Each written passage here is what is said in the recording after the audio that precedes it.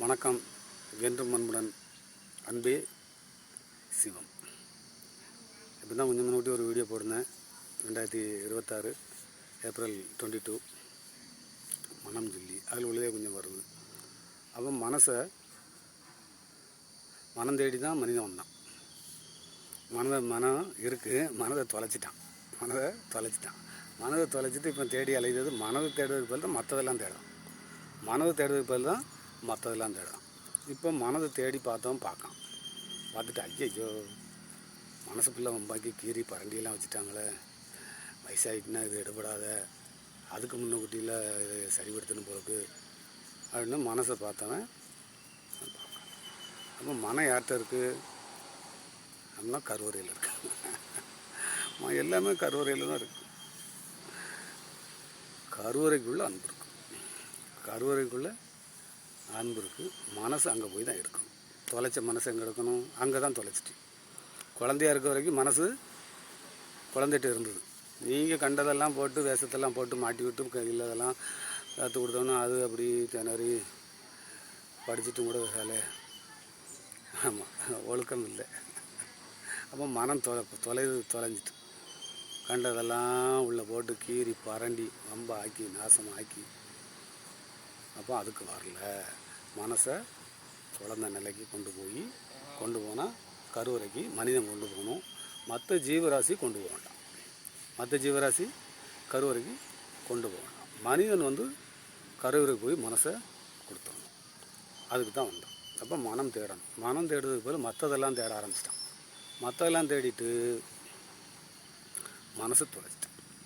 இப்போ மனசை தேடி ஒருத்தன் சொல்லவா, மனம் இருந்தால் எல்லாம் வந்துடும். பணமாக சேர்த்துறணுன்னு ஓடிதே, கடைசி பணம் சேர்த்தோன்னு பார்த்தா பணம் சேர்த்துட்டு இல்லையே, காங்கலையே, குறையுத, எங்கே போனால் கிடைக்கும், எங்கே போனாலும் கிடைக்காது. தெரிஞ்சவன்ட்ட போனோம்ல அவங்க தான் ஒருத்தன்ட்டு நீங்கள் பார்த்த இடம்ல தான் மனம் இல்லாதவன் பாக்கி அவனும் அப்படி தான் இருக்கான். நீங்கள் கொடுக்கணும், வாங்கணும், பார்க்கணும், போகிறது எல்லாமே என்ன தான் இருக்குது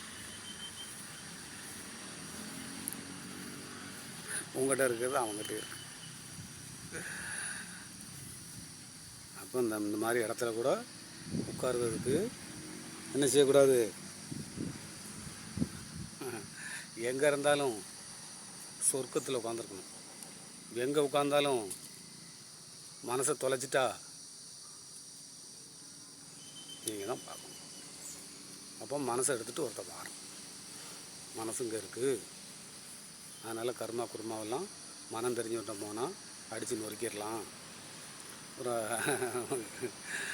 ஐயோ என் கடமையை நான் செஞ்சுக்கிட்டே இருக்கேன். நான் என்ன செய்ய முடியும்?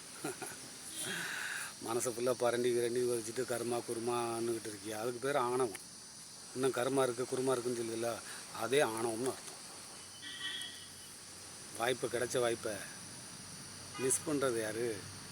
மனசோட அப்படி தூக்கி சமந்து நிற்கானே, மனசை பறிச்சிட்டு மனம் எங்கே இருக்குன்னு தெரிஞ்சு கருவறையில் போய் தலைவனை சந்தித்து மனசை எடுத்துகிட்டு வந்துட்டாமில்ல, குழந்தை ஆகிட்டான்னு சும்மாவா சொல்லுதான். ஆளை பார்த்து இடம் போடக்கூடாது. உள்ளே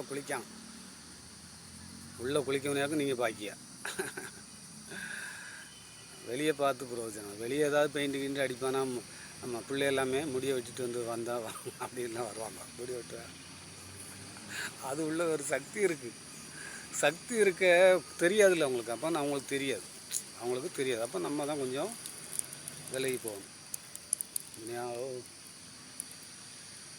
என்ன பண்ணுவீங்க இருக்கட்டும்.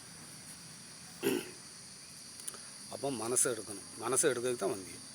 அப்போ மனம் யார்கிட்டையும் எல்லாரையும் தொலைச்சிட்டியோ. ஒட்டுமொத்த உலகத்தை தான் சொல்லுவேன். இங்கன்னு சும்மா ஒரு ஊர், ஒரு மதம், ஒரு ஜாதி இதுக்கு சொல்ல வரல. ஒரு மாநிலத்துக்குமே சொல்ல வரல, ஒரு நாட்டுக்குமே சொல்ல வரல. ஒட்டுமொத்த உலகத்துக்கும் புரிதான்னு பாருங்கள். அவ்வளோவாட்டி மனசு இல்லை. அதான் சண்டை பிரச்சனைகள் அது இதெல்லாம் இருக்குது. மனசை எடுத்துகிட்டேன்னா வேலை முடிச்சிட்டு. அப்போ மனம் தெரிஞ்சுக்கிட்ட போய் பழகணும். மனம் தெரியாதவன் ஒரு நாள் கூத்தாடுறதும் 6 மாதத்துக்கு ஒரு கூத்தாடுதான். அங்கே போனால் சரியாயிருங்க. அங்கே ஒரு கும்பிடு போட்டுக்கிட்டு பார்த்துட்டு நான் இருக்கிறேங்க ஒருத்தன். அது ஒரு ஆள். நான் இருக்கேன் எங்கே கும்பிடணும்னே அவனுக்கு தெரியாத, சாமியும் தெரியாது, கோயிலும் தெரியாது, நான் இருக்கேன்னு சொன்னேன். எப்படி மனம் வேணும்ல ஐயா? கோயில் தெரியாமல் மனசை எடுக்க முடியாத, கருவறை தெரியாமல் மனசை எடுக்க முடியாத, புக்கு அங்கெல்லாம் இருக்குது, கருவறையிலலாம் இருக்குது. புக்கு, அன்பு புக்கு, மனம் நீ தொலைச்ச புக்கு அந்த புக்குக்குள்ளே இருக்குது. குழந்தையாக இருக்க வரைக்கும் அந்த புக்கு உன் கூட இருந்தது. அதுக்கப்புறம் அங்கேருந்து இங்கே கருவறைக்குள்ளே மீண்டும் போயிட்டு இப்போ நீ தேடுறது கருவறையை தான் தேடுத. கருவறைக்குள்ளே அந்த புக்கு இருக்குது. அப்போ மனசை சரிப்படுத்தணும். மனசை சரிப்படுத்தினா கருவறையிலேருந்து எடுத்துடலாம். அப்போ எல்லாத்தையும் சம்பாத்தியம் பண்ணிட்டு எங்கே போய் நிற்கும்? கடைசி போயிட்டு மனம் எங்கே கிடக்கு, நிம்மதியே இல்லை அப்படின்னா மனசு சரியில்லைன்னு தானே அர்த்தம். அப்போ மனசை யார் செஞ்சாலும் அங்கே கொண்டு கொடுக்கணும். ஒருத்தர் மனசு சரியாக செய்ய மனசுனா என்னன்னே தெரியாத போய் கொடுத்துட்டேன், வாங்கிட்டேன், எடுத்துட்டேன், வந்துட்டேன் அப்படின்னு சொன்னீங்கன்னா என்ன அர்த்தம்?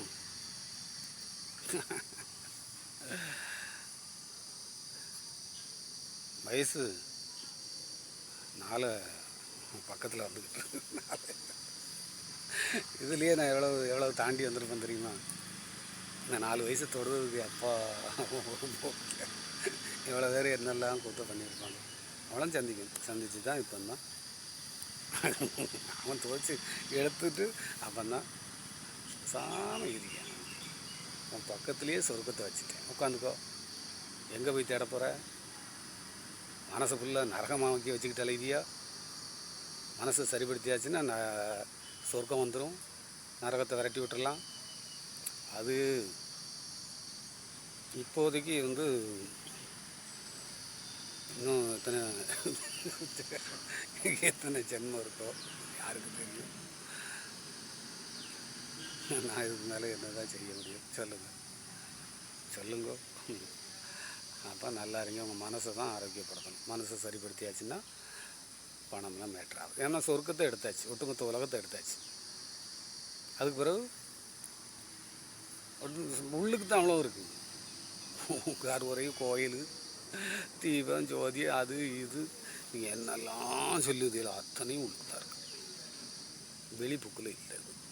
வெளி புக்கை படித்தா அறிவோடு பேசுவீங்க. இப்படி குறைஞ்ச படிப்பில் இப்படி உயர்ந்ததை பேச முடியாது. ஏன்? இது ஆணவ அறிவை அடித்து கொண்டுட்டு அன்பு அறிவை எடுத்துட்டு மனசை கொண்டு கொடுத்தா அன்பு அறிவை தந்தோம். அன்பு அறிவை தந்தோடனே யார் பேசான்னு நீங்களே பார்த்துக்கோங்க. எனக்கு தெரியாது. நன்றி என்று. அதனால் மனசை சரிப்படுத்துறதுக்கு தயாராகுங்க. நன்றி என்று நண்பர்.